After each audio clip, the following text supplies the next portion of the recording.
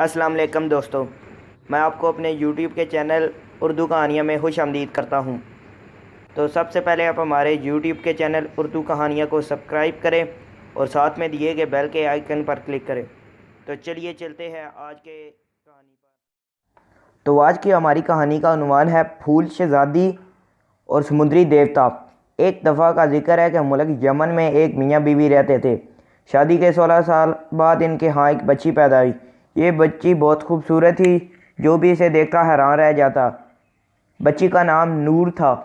وہ ابھی چھوٹی ہی تھی کہ اس کی ماں کا انتقال ہو گیا۔ اس کام میں اس کا باپ اندھا ہو گیا، جس کی وجہ سے اس کا سارا کاروبار چوپٹ ہو گیا۔ وہ کوڑی کا محتاج ہو گیا۔ ایک دن وہ پریشانی کی حالت میں بیٹھا پھرتا پھراتا گھر سے دور نکل گیا۔ اسے راستے میں ٹھوکر لگی اور ایک گہرے گڑھے میں جا گرا، جس سے باہر نکلنا اس کے لیے ممکن نہ تھا۔ وہ کافی دیر اسی حالت میں پڑا رہا۔ اتنے میں اسے قدموں کی چاپ سنائی دی۔ اس نے مدد کے لیے پکارا تو اوپر سے ایک آدمی نے جھانک کر پوچھا، کون ہو تم اور اس گڑھے میں کیسے گر پڑے؟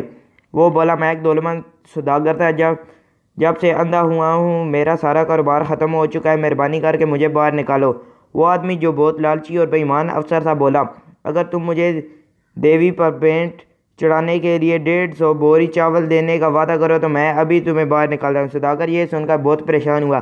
دینے کے لیے اس کے پاس تو کچھ بھی نہ تھا، لیکن مرتا کیا نہ کرتا، آخر اس نے یہ شرط مان لی۔ افسر نے اسے باہر نکالا اور کہنے لگا، یاد رکھنا، آپ سے ٹھیک ہے 1 مہینے بعد میں تمہارے گھر آؤں گا چاول لینے کے لیے۔ اگر تم نے وعدہ پورا نہ کیا تو میں تمہیں جیل بھجوا دوں گا۔ سوداگر گھر پہنچا تو اسے پریشان دیکھ کر نور نے پوچھا، آپ اتنے اداس کیے ہیں؟ سوداگر نے جب پوری بات بتائی تو نور بھی فکرمند ہو گئی۔ دن بدن ان کی پریشانی بڑھتی گئی۔ شہر میں ایک بہت امیر سوداگر رہتا تھا۔ کچھ عرصے سے اس کا جو بھی جہاز سمندر میں جاتا ڈوب جاتا۔ نجومیوں نے اسے بتایا کہ سمندری دیوتا آپ سے ناراض ہے، اگر کوئی لڑکی اپنی خوشی سے اس کی بھیٹ چڑھ جائے تو وہ خوش ہو جائے گا۔ سوداگر نے پورے ملک میں یہ اعلان کرا دیا، جو لڑکی یہ قربانی دینے کے لیے تیار ہے اس کے خاندان کو مالا مال کر دیا جائے گا۔ نور نے یہ سنا تو فوراً سوداگر کے پاس پہنچی اور کہنے لگی، میں 150 بوری چاول کے بدلے یہ قربانی دینے کو تیار ہوں۔ سوداگر نے اسی وقت چاول اس کے گھر بھجوا دیے اور اسے کشتی میں بٹھا کر اس جگہ لے گیا جہاں سمندر میں دیوتا رہتا تھا۔ وہاں پہنچ کر نور نے سمندر میں چھلانگ لگا دی۔ سوداگر کو یقین ہو گیا کہ دیوتا نے نور کی قربانی قبول کر لی ہے، لیکن حقیقت یہ نہ تھی۔ وہ پانی کی گہرائی میں ڈوبتی چلی گئی۔ جب وہ سمندر کی تہہ میں پہنچی تو جل پریوں نے اس کا استقبال کیا۔ وہ نور کو ایک خوبصورت محل میں لے گئی جہاں سمندری دیوتا رہتا تھا۔ نور اسے دیکھ کر ڈر گئی۔ دیوتا نے کہا، ڈرو نہیں، ہم جانتے ہیں کہ تم نے اپنے باپ کی خاطر یہ قربانی دی ہے۔ تم 1 سال یہیں رہو، اس کے بعد ہم تمہیں تمہاری دنیا میں واپس بھیج دیں گے۔ نور خوشی خوشی محل میں رہنے لگی۔ 1 سال گزرنے کے بعد دیوتا نے نور کو ایک بہت بڑے اور خوبصورت پھول میں بٹھا کر کہا، جاؤ، یہ پھول تمہیں حفاظت سے تمہاری دنیا میں لے جائے گا۔ اس کے ساتھ پھول کی پنکھڑیاں نور کے گرد لپٹ گئی اور وہ بالکل چھپ گئی۔ پھول آہستہ آہستہ اوپر اٹھنے لگا۔ تھوڑی دیر بعد وہ سمندر کی سطح پر تیر رہا تھا۔ اس جگہ سے کچھ دور ساحل پر ایک شہزادے کا محل تھا۔ اتفاق سے شہزادہ اس وقت محل کی کھڑکی سے نظارہ کر رہا تھا۔ جو ہی اس کی نظر پھول پر پڑی، اس نے اپنے ملازموں کو حکم دیا، وہ کیا چیز تیر رہی ہے، جاؤ اور اسے لے کر آؤ۔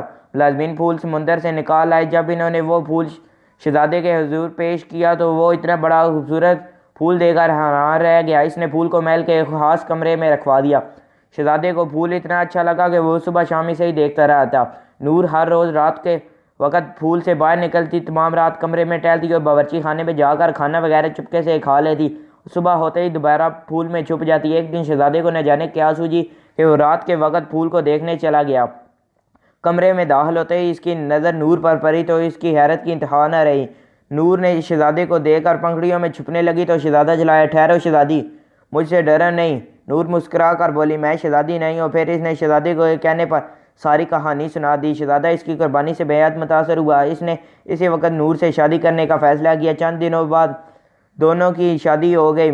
نور نے اپنے باپ کو لانے کے لیے آدمی بھیجا، مگر وہ کہیں اور جا چکا تھا۔ ملک کے تمام غریب لوگوں کو کھانے کی دعوت دی گئی۔ جب نور نے ان میں اپنے باپ کو دیکھا تو دوڑ کر اس سے لپٹ گئی۔ اندھا سوداگر خوشی کے مارے رونے لگا۔ اسی لمحے اس کی بہنائی واپس آ گئی اور پھر سب ہنسی خوشی رہنے لگے۔ تو شکریہ دوستو۔